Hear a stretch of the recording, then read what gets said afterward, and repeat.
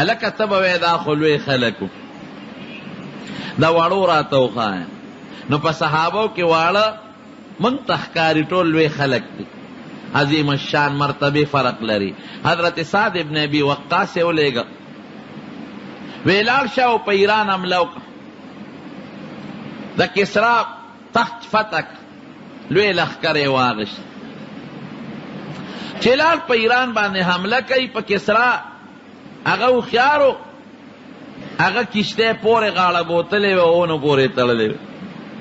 پلشتنه چې دی رالل، پلشتنه او کشتۍ د کری چې څومره وې او یا د علاقې هغه پورې غاړه تړلې دي، دا حق دقسې ودرېدل چې خدای اوس څوک رکوټې دریاب نه دی چې پکې ورګډ شو، سمندر دریاب دا به څه کو. او هغې ورته پورې غاړه ناستې او تماشې ورته کوي. وی دی که نه راځئ. حضرت سعد ابن ابي وقاص لښکر ته وی د مسلمانانو، وی داسې کار دی ورپورې وځو. وی په څه؟ وی ما ته ګورئ داسې ورپورې وځو. وی لا تلقوا بیدیکم الی التهلکه، الله وی چې ځان په خپل لاس هلاکت ته مه غورځوئ. په دریاب داسې ورتل خو هلاکت ته غورځېدل دي. وی زه ګوره مخکې کېږم، زما یقین دی چې موږ ځان هلاکت ته نه غورځم. زه پوهېږم تاسو که زه ډوب کړم مه راځئ، او که زه پورې وتم راځئ. وی ای دریابه ته د الله په حکم چلېږي، او زه د الله د رسول د خلیفه جرنیل او قومندان یم، او د الله د کلمې د اعلا دپاره روان یم. نو زه په دې دریاب ورځم ستا د کلمې د اعلا دپاره، پروردګاره دریاب ستا په حکم چلېږي. ما ته دا دریاب کلک که چې زه پې پورې وځم، اصل یې پونده ورکړه، په دریاب یې ورغورځم. سره د ټول لښکره پورې غاړه پورې وتل، د اس پمپ او بولمده نه شو. داسې عقیدې وې د خلکو. اوس هم داسې خلک شته. څوک وایي نه د جمدو منو، د مړو نه منو. دا وایي غلطه، د مړو نه منو. هلکه کرامت خو عزت دی. کرامت څه ته وایي؟ عزت شرافت ته وایي. نو الله جمدو له عزت ورکوي، مړو له به نه ورکوي؟ وایه که جمدو له به هم ورکوي، مړو له هم ورکوي. او دا زمونږ عقیده ده چې الله په دې قادر دی چې دا خارق للعادت کار د جمدو نه واخلي او یا د مړو نه واخلي. او حضرت امام بخاري رحمت الله علیه یو واقع نقل کړی په بخاري جلد ثانی کتاب المغازی کې. 10 کسان حضور پاک لېږلي وو مکې ته، 10 کسان. څه مقصد دپاره؟ دا 10 کسان چې ولېږل، یو حضرت خبیب رضی الله عنه دی، او 3 ملګري دي، حضرت زید، حضرت خبیب. دی ولېږل، د مکې کافرانو ورسره دوکه داکه وکړه، او د 10 واړه خواران 7 کسه شهیدان کړل، 8 کسان، او 2 کسان یې جمدي ونیول، گرفتار یې کړل. دا چې کوم مشر دی حضرت زید، د الله نه سوال وکړه. الله معیني لیکلي دي ښه، وی خدای موږ سره خو دې خلکو دوکه وکړه، په دوکه یې راوستو. یا الله اخبر عنا رسولک، خدای زموږ نه د خپل پیغمبر خبر کړه. حضور پاک په مدینه شریفه کې ناست دی، او ډېر زیات پریشانه شو، سترګو مبارکو نه اوښکې روانې شوې. صحابه حضرت ولې؟ وی زما 10 ملګرو سره دوکه شو، 8 کسان پکې شهیدان شو. کافرانو دا چلو که چې دا کمې مشر دی، د پسې کسان ډله ولېږله چې سر ته پرېږدي، او سر یې راوړی. د الله نه سوال وکړه، وی یا الله زه خبر شوی چې کافر به زما نه سر پرې کوي که زه مړ شم، او دې کې به شراب څکي.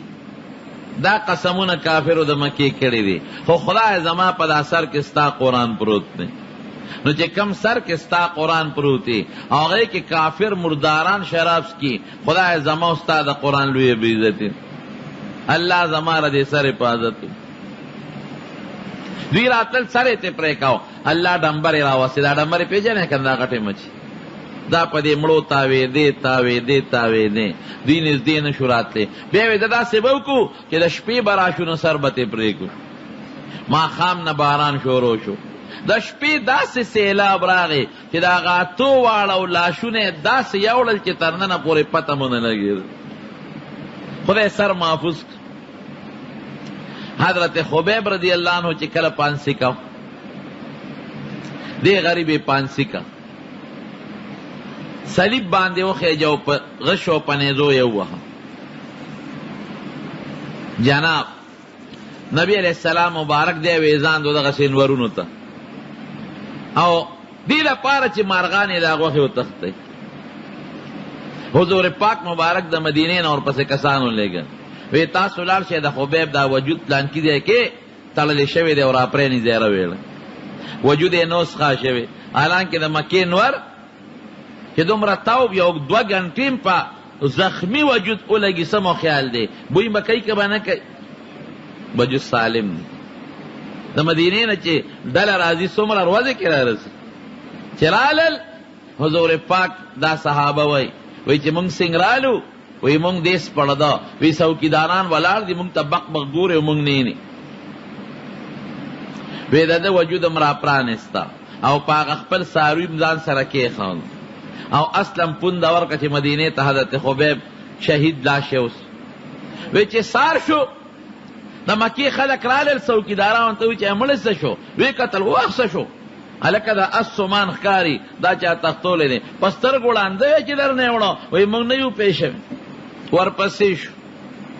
ورپسې شو صحابه وی زمونږ اس خو درونو ځکه موږ سره خو پې مړی شهید پروت دی نو اس تېزه منډه نه شو والی وی موږ وی چې دا کافر اوس را رسېږي راپسې موږ به مړه کي او دا شهید به م رانه والي نو یې دې مو غورځو لاندې دا شهید حضرت خبیب او موږ ته خپې وستې و تښتېدو وی چې څنګه هم دې وغورځاو وی ځمکه وشلېده او دې پکې دن نه شو بلیع الارض ورته وایي کافر رالل وی دلته یې وغورځاو څه شو جامع بار ښکارېدې لږ لږ پلونه خدای د هغې کافرو نه محفوظ که الله وله خپله د قبر او د کفن د دفن انتظام وکړي دا د حضرت خبیب کرامت نو داسې ډلې چې هغې کرامت نه مني اوس هغه ډله په دغه نوم نشته عقیدې شته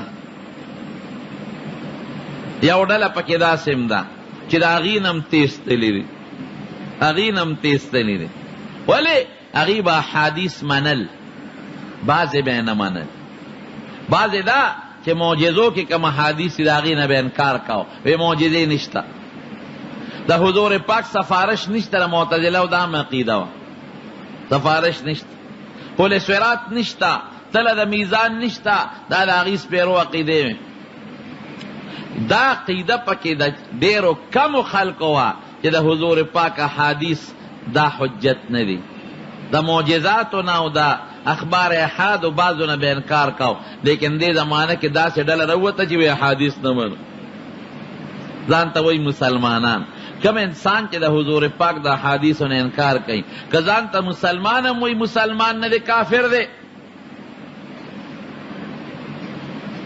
قرآن منم وی حدیث نه منم